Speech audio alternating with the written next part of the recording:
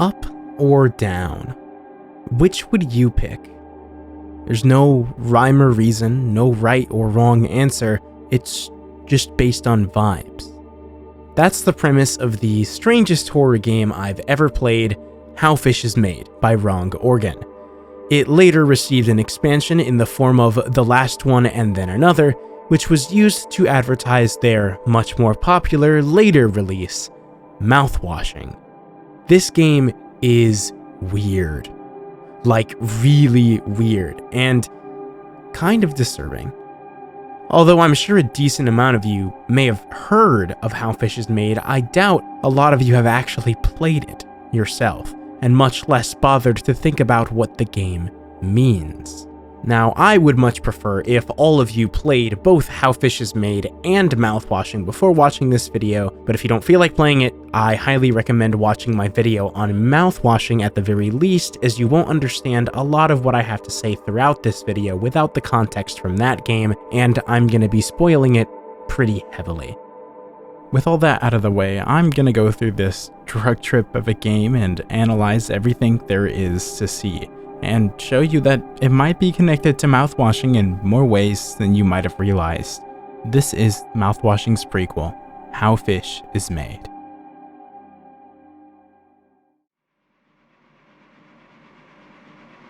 On the title screen, we see a fish falling infinitely down a dimly lit shaft. Upon pressing play, we transition straight into the gameplay, taking control of the fish at the bottom of the long fall. The entire game takes place in this abstract factory-like setting, with vibes similar to the later scenes in Mouthwashing. We can immediately talk to another fish that fell before us, and he asks us, "Are you going up or down?" He then goes on to say that we have to make up our mind by the end and to not flatter ourselves with our choice, since everyone has to do it. So within the first few seconds of the game, we are expected to make a completely uninformed decision that is implied to have major consequences. I chose up arbitrarily just because I figured there was no point in thinking about it if I didn't know what the choice meant. After choosing, the fish asks us if we're sure of our choice, instilling doubt. Once we start flopping away, he leaves us with one last thing. "By the way, the machine can't talk to you, so you shouldn't talk to it." The way I interpreted this line is that the machine is the place that we're in, a giant mechanical labyrinth designed to process fish into food for human consumption. He's basically telling us not to go crazy while we're in here, talking to something that can't ever respond to us. It could also be implying that the thought of having to make the choice is what might be the cause of us being driven crazy, and we'll see evidence of it in just a little while. In the next room, we encounter a fish that seems utterly convinced that up is the correct choice. He says, "I've always known it was up. I never asked, I never changed, never lied." Then he asks us where we're going. This time I chose down, specifically to gauge his reaction. I double down, and he replies, "Wonder what will happen to you. Will it hurt? Will it stop? Oh well." On the other side of the room is a much larger fish, trapped in plastic waste. For some odd reason, this fish occasionally substitutes words he uses with similar sounding but incorrect replacements, like undentable in place of undeniable, or word view in place of world view. To contrast the fish we just spoke to, this individual is certain that down is the correct path. Just when he says he'll explain why, he cuts himself off, saying, "It is simply too complex for you to fathom. My methods are beyond simple minds." Before we leave him, he clarifies his quote-unquote throne is not uncomfortable at all before making a grunt in discomfort. These two provide us with equally polarizing viewpoints, both completely convinced that their opposite views are the correct ones. But despite that, neither of them can really explain why they feel the way that they do. One thing that's very interesting to note is that the up fish says that you look like a smart guy, whereas the down fish implies the opposite, by saying his explanation is too complex and beyond simple minds. Ironically, the larger fish that puts on a facade of being intelligent is the one that misuses words and is the one that insults you. Moving on, we encounter a long green hallway leading to a red room. In this particular room is a fish anxiously hiding in the corner. This particular fish is caught between the two affiliations. He says his family is big but not very close to each other, and they went up. Traveling in the biggest group should be the safest, so he's convinced going down is wrong. But that's where his best friend went, which is why he finds himself troubled. He's hung up on choosing his path based on who he should follow and what's safest, not bothering to consider the consequences either path might have independent of that choice. Then he asks us which way he should go, further showcasing his flimsy resolve. I chose to tell him down, which made him feel reassured in having had the choice made for him. Then he asks me if I'm going the same way, and I said no, just to see how he'd react. This made him go right back to being doubtful, and then he leaves.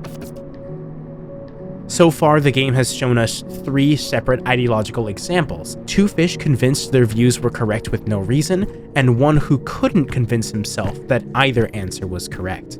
Following this exchange, we delve further down, through a fleshy, veiny cavity that brings us even further. Once we land, behind us is, yeah, I kid you not, it's a dead fish stuck in a condom. In front of it is another fish who says, "What did we do to deserve bearing witness to such glory? It must mean something, but what? What is it trying to say? There must be a way out of this creature's stomach. The answer is here." Then he asks us to choose what path the display is revealing. I chose up and he responds, "No, I think it's down. Can you see it? I think I can see it. It talks to me. I can hear its approval in the back of my throat. I must get inside. I must be cleansed by the untainted substance." So yeah, you might be wondering why the hell there's a dead fish inside of a used condom in this game. Like I said at the beginning, the game is presenting the player with a seemingly complex and crucial moral dilemma about the choice between up and down, but it doesn't actually provide any context to inform our opinion. So I interpreted this part as being like purposely absurd to throw off the player's perception of the problem entirely, like with the line, "It must mean something, what is it trying to say?" mirroring what the player might be thinking at the time that they're seeing this. It's essentially making fun of us for thinking hard about something we've been given no context for. It's also possible that the placement of the condom is meant to have thematic relevance to mouthwashing, but it's also entirely possible that Wrong Organ just thought it would be funny. Who knows, man. Anyways, the next room is another long hallway with moving lights on the ceiling. At the end of the hallway is a fish stuck between gears, blocking the path ahead.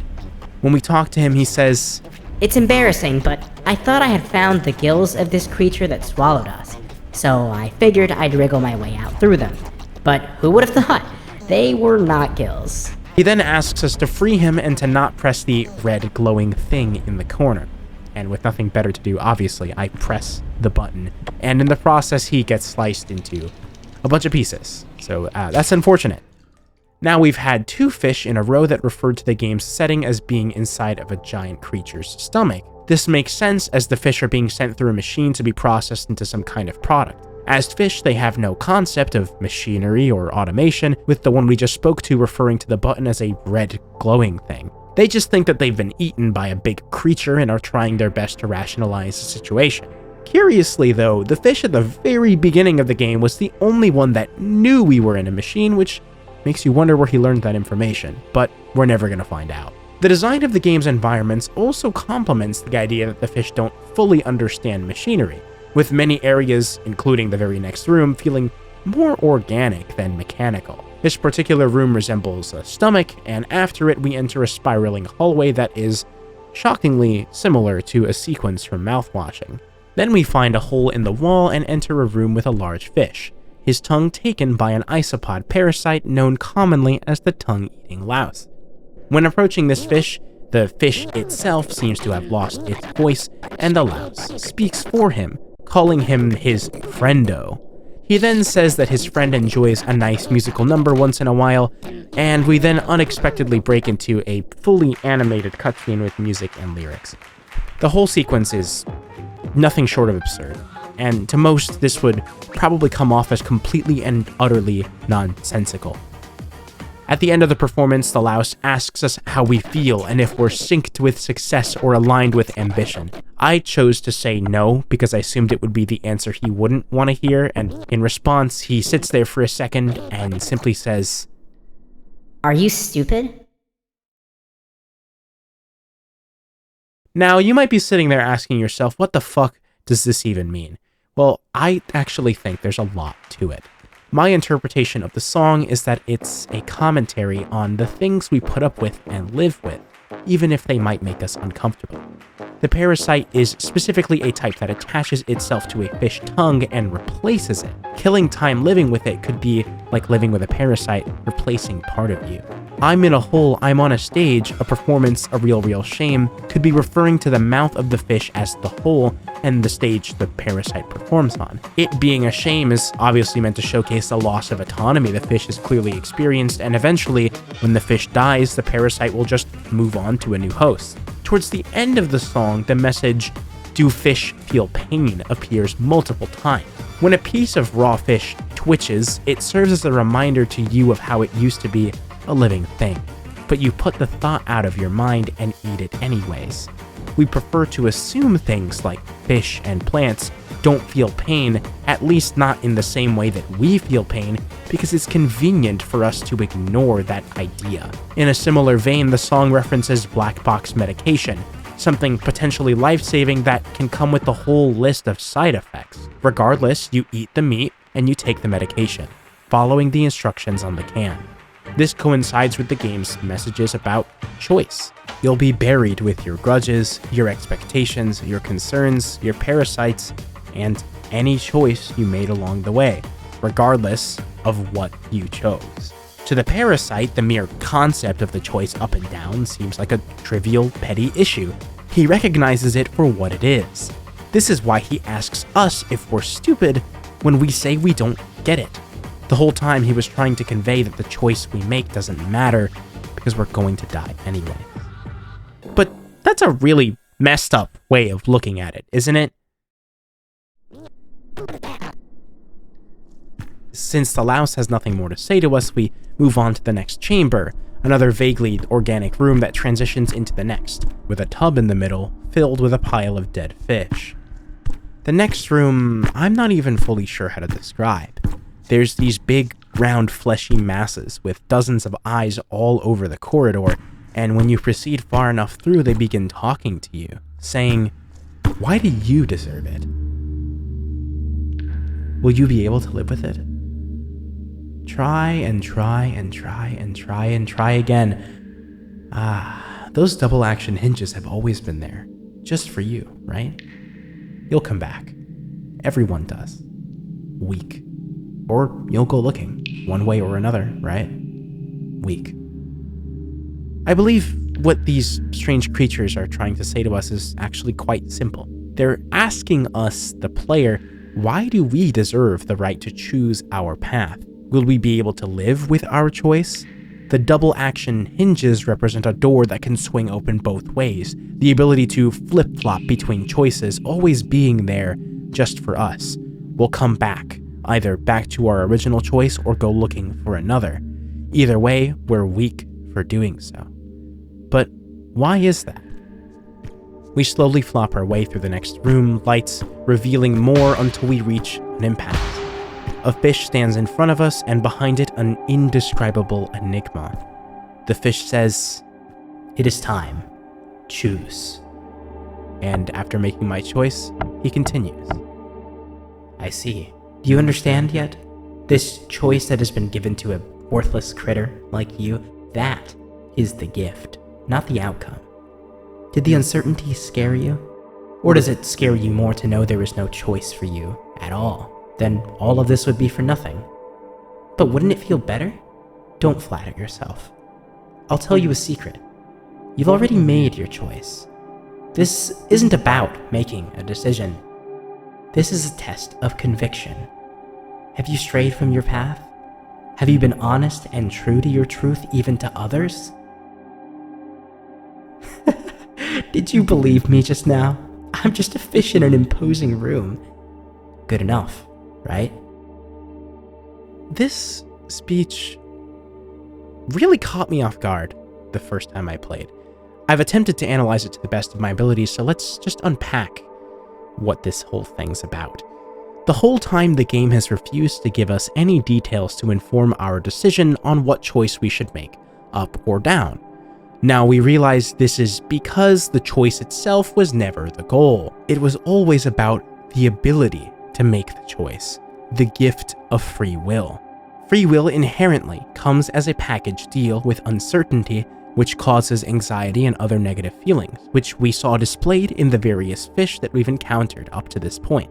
Just like us, none of them had a good reason to pick either up or down as well, and we saw all of them try to justify their choices through their own means. Because even an irrational justification of an uncertainty feels better than the fear of not knowing. Many people simply can't handle the idea of something that can't be known. I opened this video with a question to all of you: up or down? I bet even then many of you made a choice, even if subconsciously. But did you stick to it? Did you think the fact that I was changing my answers constantly was weird, or was it normal?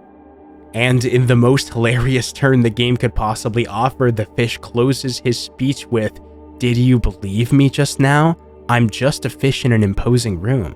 Good enough, right? The game goes out of its way to set us up with a character that finally feels like they're making sense with what they're saying, and his dialogue essentially spoon-feeds us the meaning of the game. And the last few lines are there to make fun of us for taking what he says at face value, despite the other characters in the game basically being there to warn us against doing just that, showcasing how nonsensical their arguments are. I believe it's trying to show how someone who's better with their words and standing in some flashy room isn't necessarily right just because of that. But I'm getting ahead of myself. The game's not finished yet. We still have to make the choice. So we continue forward, passing through, eventually turning a corner to find one last attempt to convince us. The final fish tells us how he always thought he was the biggest fish, but now he finds himself frozen at the end of the hallway, unable to make his choice. In an attempt to rationalize the decision, he's done perhaps the only reasonable thing out of everyone so far. He sat back and counted how many fish went up and how many went down. He asks us if we want to know what he found, and makes sure we really want to know. Once he confirms, he says, Alrighty, by my count, 199 fish have gone up and 474 have gone down. For some odd reason, over 2 times as many fish chose to go down. We have no idea why, which is exactly the problem. This is why the final fish said he wasn't sure if numbers would help, because rather than being reassuring, it just makes you terrified that the majority may still be making the wrong choice. The game presents you with this last conflict immediately after lecturing you, basically asking, even despite what you were just told, will this final conflict make you change your mind, or does it reinforce how you already felt? Regardless of that, we have to make the choice we'll be buried with. There's nowhere to go but up or down.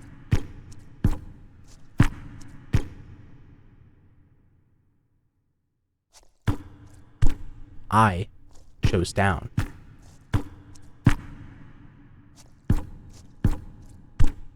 You know, I always hated hearing, "Don't worry. A lot of people are going through the same thing. You're not alone." There's this selfish barbed wire inside my chest that coils up at that. No, my pain is more tragic, grander, deeper. If only you knew. That's not true, of course. I hate talking about it because I hate people who talk about it. And that's not very nice. That's not okay, and that's not how you can be about all this. It's not romantic, but at least it's true. Don't worry. A lot of people are going through the same thing. And that's what makes it the best USP yet. No matter what path you take at the end, you will hear this speech either way. What it's trying to say, in my opinion, is that many people have a natural inclination towards thinking their problems are more important than the problems of others, because Society looks down on people who talk about their problems, but the conclusion that is reached is that it's not an okay way to think, and that's not true. A lot of people are going through the same things as you, and that's a good thing. In marketing, USP stands for unique selling point, a specific aspect of a product that makes it better than its similar alternatives. I believe it's trying to say that the ability to share in each other's pain, to empathize and acknowledge that millions go through the same problems every day, that's a positive, unique aspect of the human condition, something that only we can do. It's ironic that the game uses fish to unpack a uniquely human experience with its themes. And not only that, but the fish are products themselves, which is proven by the down ending, showcasing our fish being turned into an ingredient on a chef-cooked meal. The fish are even described as so fresh they might just give you a little wink and jump right off the plate into your mouth. This ties back to the Louse's song where it spoke about fish being fresh, asking if fish feel pain and showcasing the risk of parasites while eating fish. These are all risks and moral questions we need to acknowledge and choose to live with every time we eat fish. Regardless of how we feel, we'll be buried with the choice to do so. The ending for choosing up is honestly a lot less pleasant. Rather than being made into part of a dish, the fish fall and merge into a hive mind mass, a grand leaking open wound. The weight of information collapses in on itself, vast but useless. Nothing can be accomplished, for consensus cannot be reached. You are a swelling god of no purpose, no direction, no self. Notably, this hive mind also highly resembles the strange flesh with eyes we saw earlier in the game, and suddenly the things they said to us make a lot more sense. They're words that were echoed by a hive mind of countless fish that had already made and regretted their decision. They're resentful towards you for still being free, still an individual, the choice being there for you to make that they already made. How Fish is Made is such an interesting piece of art. Obviously, if Mouthwashing was any other example, Wrong Organ is insanely good at this short and sweet style of storytelling that really makes you think. With that being said, we still haven't completed our fishy journey. Let's move on to How Fish is Made's expansion. The last one, and then another. The last one and then another begins with the camera focused on a fish head stuck inside some sort of fluffy material. It's possible that this is supposed to be the same foam from the Tulpar, which deployed upon impact to protect the integrity of the ship's airlocks. When we're ready, we can wriggle our way out of it and pop out onto the ground, now a fish in a ball capable of rolling around to get about. We start out in this big open room surrounded by the fleshy masses with eyes from the previous game. As we roll around to explore the environment around us, we pick up more mass. Strewn about the ground are bits of fish, guts, and general remains. As we do this, we accumulate into a larger and larger ball. At the end of the room is a door, and next to it a fish we can speak to. He says that both us and him are bigger, shinier, better. Your eyes will be my mouth, your tongue will be my fins. More is more is more. Devour your smallness, fill the void. It seems like the terms bigger and shinier are being used interchangeably as ways that fish can feel superiority. Since they're only fish, that's about all they have going for them between each other. The fish we just spoke to projects that both us and him are better than everyone else, and he proposes that they merge to become bigger, even realizing he'll simultaneously give up his own autonomy.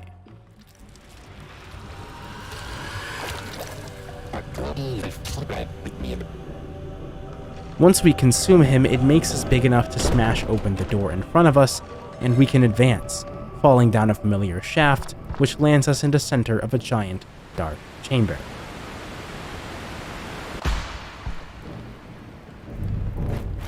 When we get to the end of it, we hear familiar breathing. It's easy to get on this boat when you have to. You say to yourself, this is just temporary, just until I get what I need. Got bigger things planned. Then suddenly you're 1 year in, 5 years, 10. First, I couldn't stand the constant noise. Now I can't sleep without it. A lot of things can't follow you out here, but it also means the outside world moves on without you. Won't even notice until it's too late. Easy to get on, hard to leave. This little speech is likely referring directly to Curly's state of mind in Mouthwashing. He says it's easy to get on this boat when you have to, the boat referring to both the career path as a space freighter captain and the Tulpar itself. He notes how even though it was supposed to be regarded as a temporary career, he found that months turned into years, turned into a decade, all in the blink of an eye. Now he can't even sleep without the constant noise of the ship's engine. He also points out how this career is great in the sense that a lot of things can't follow you into space. Society and what it comes with is mostly left behind, but it also means the outside world moves on without you. Referring to the fact that once the Tulpar crashed off its course, there was likely no chance in hell they'd ever be found or even be looked for. Easy to get on, hard to leave. I find this really interesting because I can interpret the delivery of this speech in two different ways. One, it's just a simple introspective into Curly's general headspace, or two, it could be him directly speaking to Jimmy during their cockpit conversation. Personally, I'm inclined to believe the latter, as I am pretty firmly convinced that we are meant to be playing as Jimmy in this game. Think about it, we're a ball of fish that rolls around attempting to consume or take advantage of everything around us with no regard for how they feel or how it will affect them. Our only goal is to further our own betterment and our own size in an absolute fit of greed. This fits Jimmy's character to perfection. In fact, after this speech, we're presented with the option to consume Curly, to surpass him, but we're not big enough to do it yet. So we leave him here. Once we turn around, we see we've been given two paths to branch out towards. The first leads us down a gross, fleshy hole lined with party balloons that leads to a larger, almost seal-shaped fish wearing a birthday hat and enjoying a cake made out of flesh. Approaching him, he tells us not to touch anything, saying it's his and to find our own. He also says he's having a great time and tells us he doesn't need us to be big when we ask him to join us. When we force him to merge into our giant ball anyways, he gets upset and says that he should have been the one eating us, but it's too late for him to protest now. When we exit, a hole in the center of the room opens up. Curly and the other path have disappeared, and we can faintly hear the cries of a baby. And dropping through has us face a fish dangling from the ceiling by a hook, an umbilical cord hanging from its abdomen still attached to a visibly shaking and alive infant fish. It's not possible to interact with the hanging fish, but we can consume the infant, detaching it from its cord when we get far enough away from the mother. Once we turn around, Curly's watchful eye can be seen through the exit, having observed what we just did. This is a brilliantly framed shot, as it should be no surprise that this sequence was meant to parallel Anya and her child. The act of consuming the baby fish in this game represents his complete and utter apathy towards Anya, his actions enacted on her, and the unparalleled greed present in this terrible man. And Curly was watching with his eye, and he did nothing about it. In fact, he follows it up with a lighthearted joke. 3 men are in the hospital. The first man cries, "I lost both my hands. They told me I'll never work again." The second man wails, "I lost both my legs. They told me I'll never work again." The third man, he rejoices, "I lost my hearing. They'll never be able to tell me I'm fired again." Good one, huh? I believe the presence of this joke in the narrative serves a dual purpose. Firstly, it foreshadows the anti-capitalist themes abundant in Mouthwashing by showcasing 2 men whose biggest concerns after losing legs and hands is the fact that they can't work anymore. And then we have the last guy who can't even hear anymore, and all he has to say is, well, good thing they can't say I'm fired. Once you actually think about the joke, you realize it's not very funny. The second purpose the presence of this joke serves is to show Curly's attitude as someone in a leadership position being responsible for Jimmy and his actions. He clearly was just showed to observe something horrifying related to Jimmy and Anya, likely representing Anya's sexual assault, and he proceeds to sit there and tell us a joke instead of acknowledging it. There's also the fact that Jimmy only gets away with what he does because he's a male, and the person in the leadership position is not only his friend, but is also a male. There's a noticeable level of societally ingrained misogyny, patriarchy, and a display of toxic masculinity present in Mouthwashing. And I'll be honest, I wish I had pointed more of a floodlight onto that particular part of the writing in my original analysis, and I believe this scene encapsulates that perfectly. Anyways, moving on from the slight tangent, we get prompted to consume Curly once again, but just like last time, we still aren't big enough to do it. We then fall and land back on the tub of fish guts, and we can take the other path, a rail through the air that leads to the next room. This scene presents us with a mountain of foam and giant mouthwash bottles scattered throughout the environment. At the crest of the hill is a scared, shaking fish. He says that he's scared, obviously, and asks why he had to come here because they belonged in that other place. He wants to go back to when it was just about up and down, but then he second guesses himself, thinking maybe it was left and right. It's like he doesn't even remember what the decision was about, just the fear that he felt from the decision. And he says that that was scary, but now he's alone, which is apparently worse. This is most likely meant to be the fish from the first game that was too afraid to make the decision on whether he should go with his family or with his best friend. Now, completely opposite to the fish that we just encountered, he says that we're just like him and asks to take him with us. So that's exactly what we do. Now, before we continue, I want to take a moment to highlight the interesting contrast between these two fish that we've encountered. Opposite paths and opposite attitudes. I actually have two separate theories on what these fish are meant to be here for, and I'll go ahead and describe the first of the two. First, we have the birthday room fish, which I think may represent Swansea, or more specifically how Jimmy views Swansea. This fish believes he's bigger and better than everyone else around him, including us, and he wants the cake all to himself. We know from Mouthwashing that Swansea secretly enjoys the crappy Pony Express birthday cake, and he does have seniority in the company and a grouchy general attitude. We know there's more to Swansea than that, but Jimmy kind of just views him as some high and mighty fat engineer who really likes the company cake, which represents how this fish acts. Conversely, we have the other fish who laments the past where his decisions were simpler and wishes he never chose to come to this place. That last part specifically is what ties this fish to Daisuke. During the climax of Mouthwashing, Swansea tells Daisuke on his deathbed that he never should have taken the internship because he's just a kid and didn't belong in a career that forces you into a dead end. At the end of this fish's dialogue, he says, "I'm not sure I like this funny water anymore," which could also refer to the scene where Daisuke gives up on drinking the mouthwash.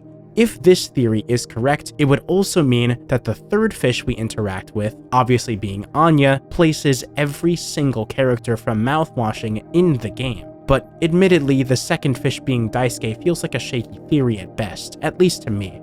This is why I have a second, slightly more abstract interpretation for the purpose the characters serve. They could also be two separate halves of Jimmy's ego, one being unreasonably cocky, gluttonous, and dismissive of those around him, the other half being terrified to the point of crying, doubtful of his decisions, and totally lost in life.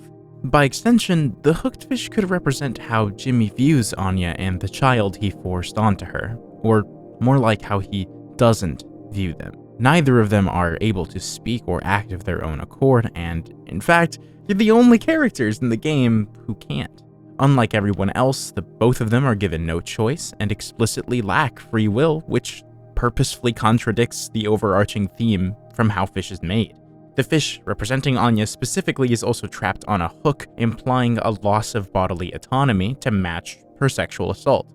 I believe it's more than evident that, regardless of whether or not my theories are correct, this showcases Jimmy's lack of regret for his actions and lack of respect for Anya as an individual, which is a prominent and crucial theme in Mouthwashing. Viewing it from this angle recontextualizes the dialogue immensely. Lines like, "I don't need you to get big, look at me," which is, in this context, Jimmy deluding himself into thinking that he doesn't need anyone to make him better.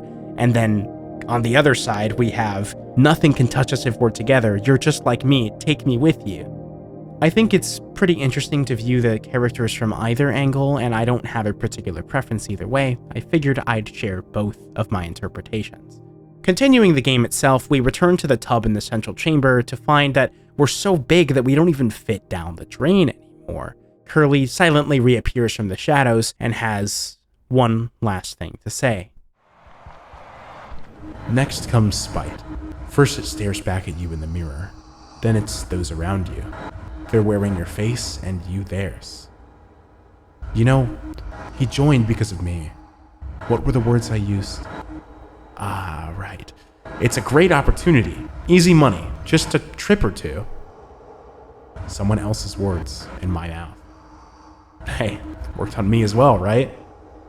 Change hurts, but worse things fester for a long time. I told him as much. I tried. I really did. We're defined by our past, but not slaves to it. We said tomorrow will be different. Today would be the last day. The last one. The last one, and then another. And another, and another, and another.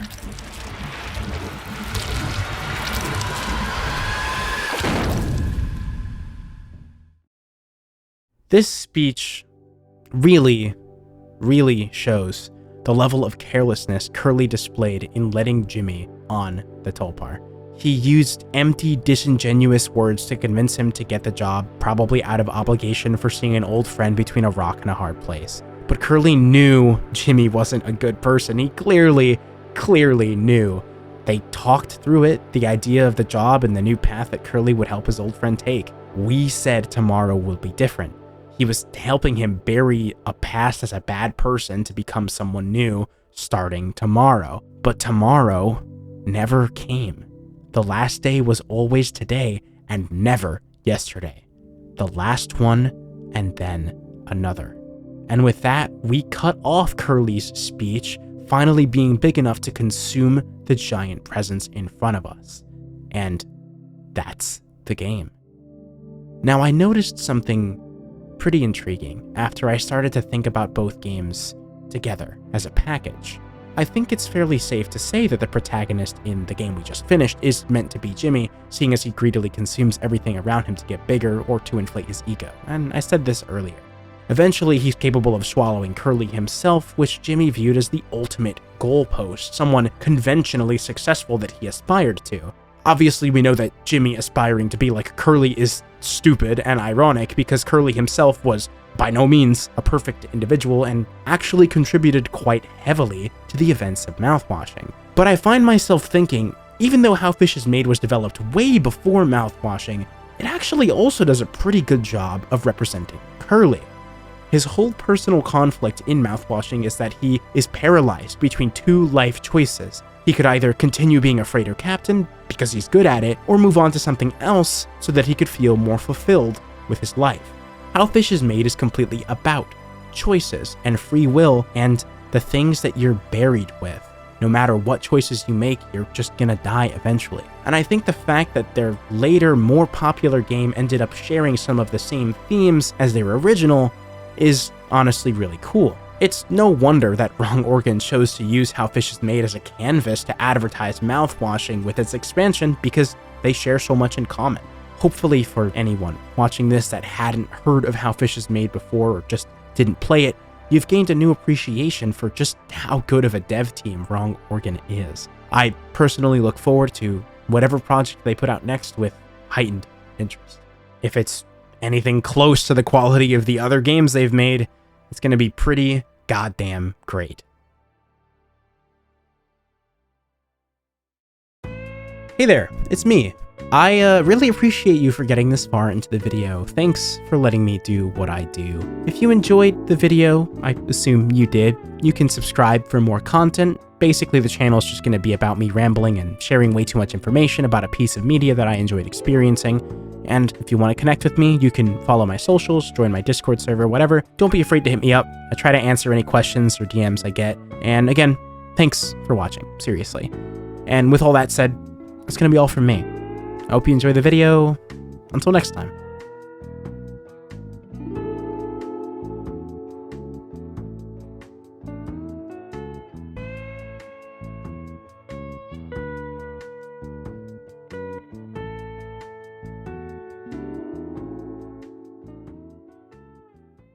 Oh yeah, sorry about all the aggressive it's all over the recording. I used the wrong fucking cover for the mic when I recorded like an idiot. It's not gonna happen next time, I swear. But yeah, that's it. Bye.